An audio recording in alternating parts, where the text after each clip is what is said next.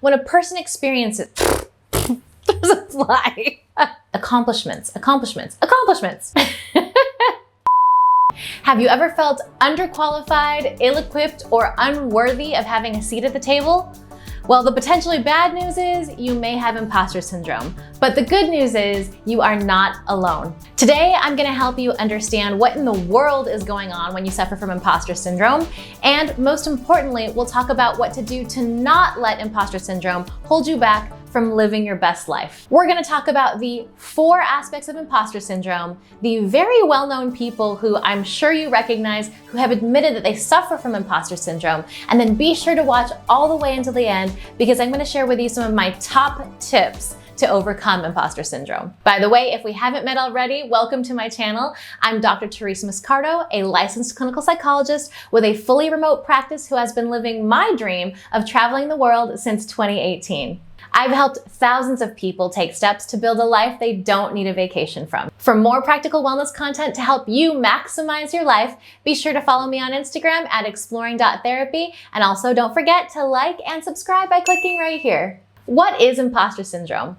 The term was coined by researchers in the early 1970s who were studying high-achieving women. Imposter syndrome is a psychological phenomenon experienced by 70% of people in at least one point in their lives. Imposter syndrome occurs when a person experiences the following 4 things despite their qualifications and competence. Number 1, the person feels feelings of inadequacy. They feel like a fraud and they feel like they don't belong in that particular role or with that particular responsibility. Number 2, a person keeps second guessing themselves. They have a lack of confidence in the role and they're always doubting their qualifications, skills, education, training.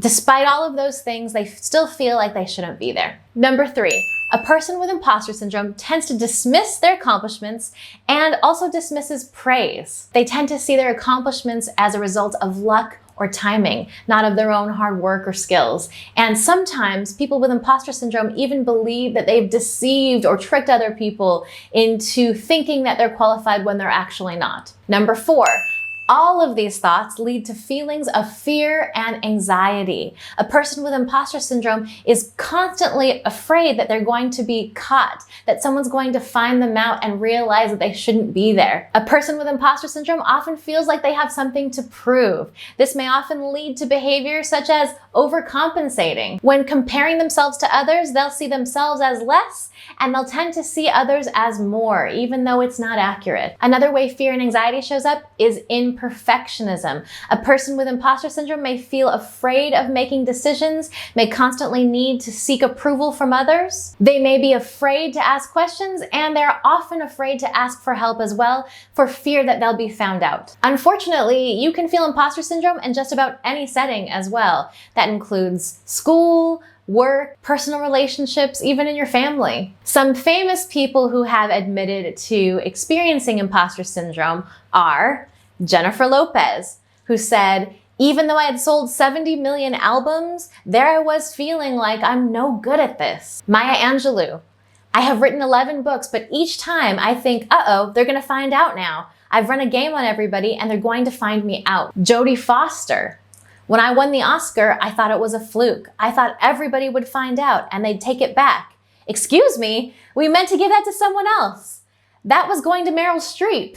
Some of the most common thoughts associated with imposter syndrome are, "I'm the lucky one, I'm going to be found out, and I don't belong here." One of the times in my life I felt imposter syndrome the most was when I graduated from grad school. And even though I had a doctorate in clinical psychology, I felt like I didn't know enough to call myself by the title of doctor. So now that we know what imposter syndrome is, and we know some very well-known people who have admitted that they suffer from imposter syndrome, I guess the next question is, why? Why do we suffer from imposter syndrome? The first reason is insecurity.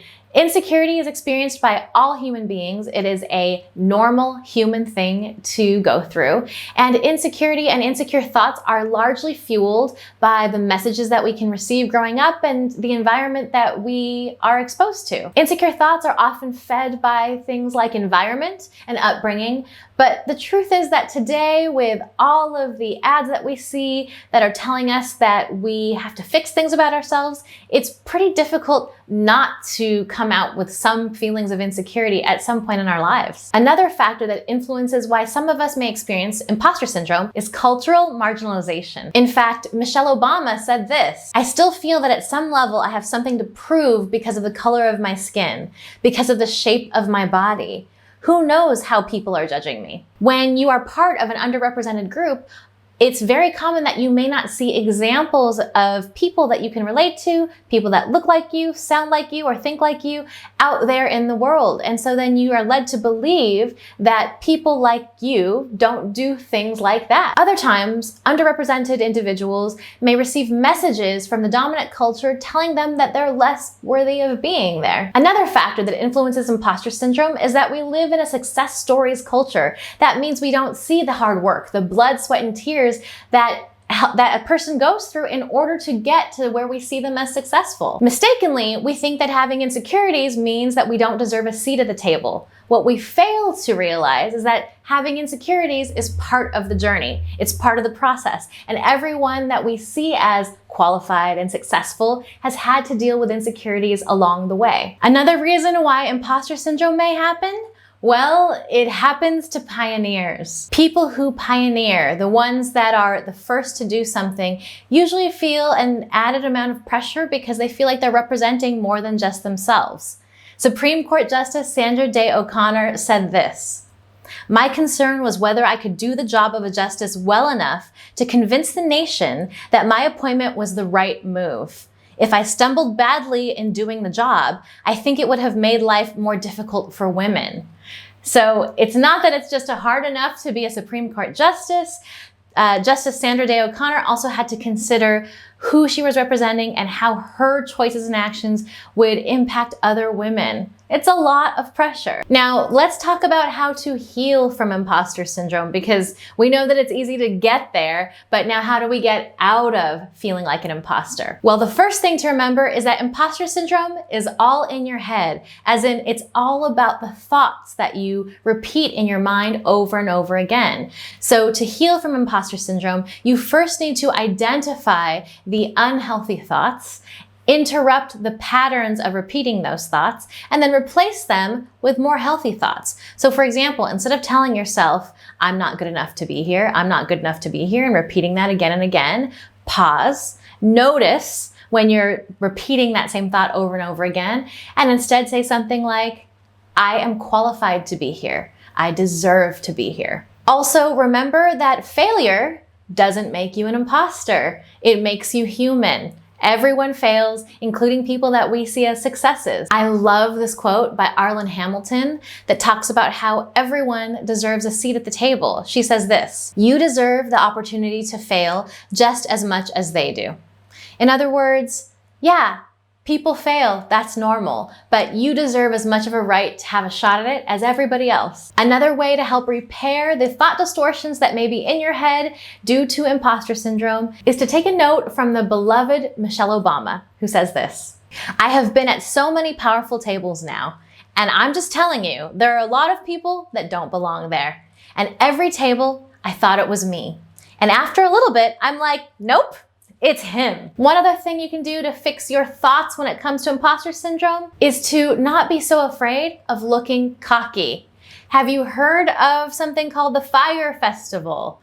Sometimes, especially for us women of color, we need to remember to have a little bit of that white man confidence. In other words, it doesn't matter how qualified I am. It doesn't matter what my background is. I can do it. Why? Just because I believe that I can. Now, I don't suggest taking it as far as, I don't know, fraudulently putting on a festival, but, we could probably just remember that if they can do something like that, then we can surely do the job that we were hired to do. My second tip for overcoming imposter syndrome is to practice receiving praise and acknowledging your accomplishments. Surround yourself with people who reflect the best in you, but who are also going to be honest with you too, and people that you trust. Remember that if you're willing to receive their criticism, you also have to be willing to receive their praise as well. It's only fair. And I also highly recommend getting good mentorship. Mentors help us because they've usually walked in the path that we're trying to walk down. And so we can really trust what they have to say. So get good mentors that can tell you what you need to work on and also tell you what you're great at. They're great for building confidence. They're also great at helping us get rid of our imposter syndrome. So I'm curious, have you experienced imposter syndrome before? If you have, let us know where and when in the comments below, and we can all feel a little less alone. So those are my top 2 tips on how to overcome imposter syndrome, but I have an extended list. To get the full list, all you need to do is click on the link in the description just below, and I will send that right to you. Here's something important to remember. Imposter syndrome is not experienced by actual imposters. It's experienced by people who are qualified, who are in difficult places. It's experienced by pioneers and groundbreakers and trendsetters. And so if you're feeling imposter syndrome, it's probably just a sign that you are doing amazing things in your life. And don't forget that if you have imposter syndrome, it means that you keep great company, because some of the most amazing, awesome people out there have it too. Myself included. Well, my friends, I hope you found this video helpful. If you did, don't forget to like and subscribe, and then you'll be the first to know when I drop a new video on how to overcome imposter syndrome or other tips to help you build a life you don't need a vacation from. Thanks again for being here. Take care. Bye.